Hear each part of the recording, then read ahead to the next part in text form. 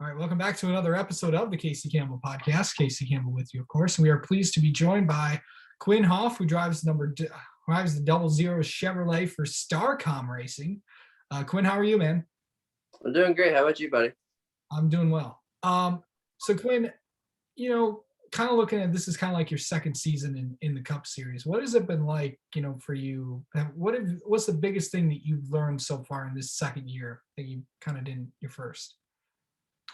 Yeah, I mean, so far it's just been about, keeping your head down, keeping your focus, even if things aren't going the way you expected out the gate, right? It's a 38-week long season and you're going to have bad luck. And unfortunately, we had some bad luck coming out of Daytona and kind of took a little bit to find our stride, but we had a successful weekend, here in Phoenix. And I'm looking forward to moving forward into Atlanta this week.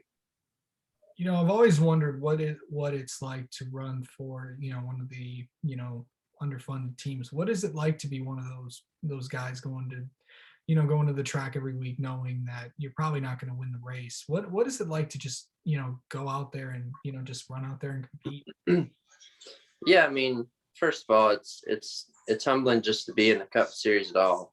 There's only, 38, 40 drivers that get to line up to do that each and every week. And to be one of those drivers is very humbling. But like you said, to drive for a newer underfunded team, smaller team, single car team, it's very difficult. There's a lot of challenges that we face week in and week out that a lot of teams don't really have to face.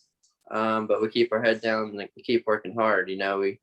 I go out there and you got to throw your elbows up and tongue out, run the thing as hard as you can, as long as you can. And that's just to run for sometimes what could be 30th. So and sometimes it's, it can be tough, maybe a little disheartening at times, but we have our goals. We're realistic about it and know what steps we need to make for our program to continue to move forward. And that's what we do each and every week. Do you think you guys are heading in the right direction? And obviously, with everything that's going on with the pandemic and stuff, do you feel like you're making progress? Yeah, I mean, obviously the pandemic has put, kind of put us in a tough spot, especially in my first full-time rookie season. Having that break and then coming back and losing all practice time and all qualifying time, having to line up by, a points formula and having to learn under green flag conditions was very tough as a rookie. And, expectations and goals had to change quickly and learning had to happen fast. So heading back into 2021 with some experience now and some notes to lean back on gives us another level of confidence, especially for myself heading to these races. So that's definitely a plus, but still things are a little different. We're still getting some fans back in the stands, which is nice, but you're doing this season. We're kind of in a in-between year heading into 2022. We're going to have a brand new race car with the next gen coming out. So the direction of the program has definitely been heading in a good direction, and the next gen car promises to be, a lot of different new things to put the field on a more level playing field. So obviously NASCAR is moving in a good direction with that. So it'll be a very interesting 2022 for sure for the sport. You really, obviously your career is, you've driven in ARCA and you drove a few Xfinity races, and then you got the opportunity with Spire in 2019 and then the full time with Starcom in 2020. Did you feel like you advanced the Cup Series too early?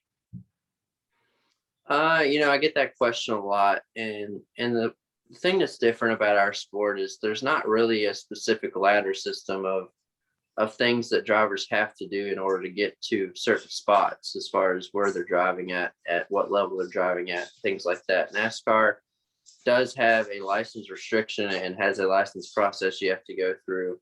And I worked diligently with NASCAR to do that. And, as a driver that's from a small town, Virginia, has no racing background, has no family background, in racing. I had to take what sponsorship money I had each and every year and sit down and be like, where can I race with this money to get myself in the best position for my career and put the sponsors in the best light that they can be in. And, that was my goal. And my goal was to be eligible to race in the Cup Series, accomplish that, race in the Cup Series, and then be able to promote myself as a full-time eligible Cup Series driver. And that's kind of what I accomplished there in 2019, and that's what led to being able to sign with Starcom for the 2020 and 2021 campaign. So, as far as experience level goes, would you have liked to have more experience coming up through the ranks? Maybe so, but the sport's very demanding. It takes a lot of money to run these race cars, and whenever you have opportunities and you have the sponsorship to do it, you kind of have to take it by the horns and do it. And I felt like I've done a good job with what I've had. I feel like I've proven that I can do this and that I can be here and belong. And that's what I look forward to continuing to do. But like I said, it's just very interesting. I was watching actually Blink of an Eye the other night after the Xfinity race with Michael Waltrip, and Richard Petty told him if he wanted to race in the Cup Series, he had to race in the Cup Series, and he threw him right into the Cup Series with no, Xfinity or Bush at the time or truck experience at all. So different strokes for different folks for sure. Yeah. Of course, you're heading to Atlanta Motor Speedway this weekend. What's it going to be like to, to head out there and, go to that track?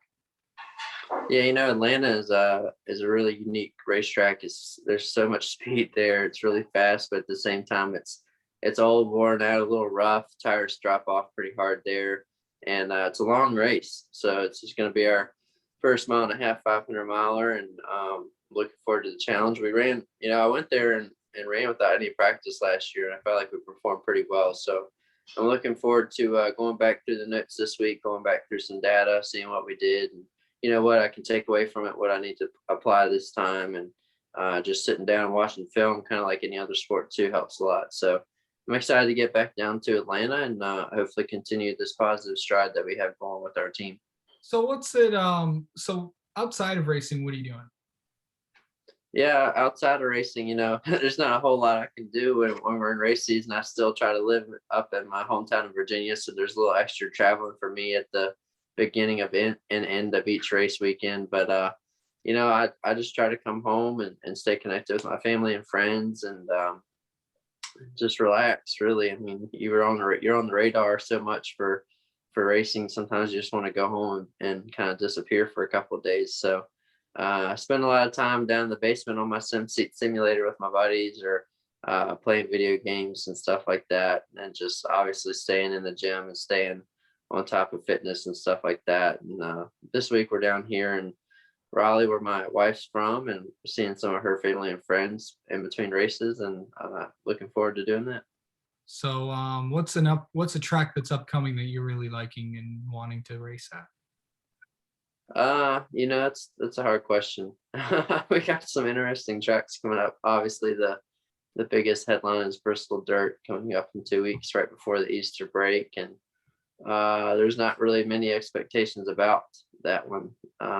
But one of the things I'm looking forward to most, I think, this year is just, I came from short track racing, and there's many short tracks on the schedule right near home in Virginia. And I want to go back to Richmond. We ran well there last year. I want to go back there and run well again. Phoenix kind of gave me a boost of confidence on our short track program. And I want to go to Martinsville. Martinsville was kind of one of the tracks that was the thorn in our side, if you will. A lot of these places we went last year, obviously we got better from race 1 there to race 2 there, just out of being able to have laps there, and the team being able to learn what I like there. But Martinsville was one of the tough ones for us, which stinks for me because that's the track I grew up watching. So I'm looking forward to getting back there and hoping to figure some things out. Yeah. All right.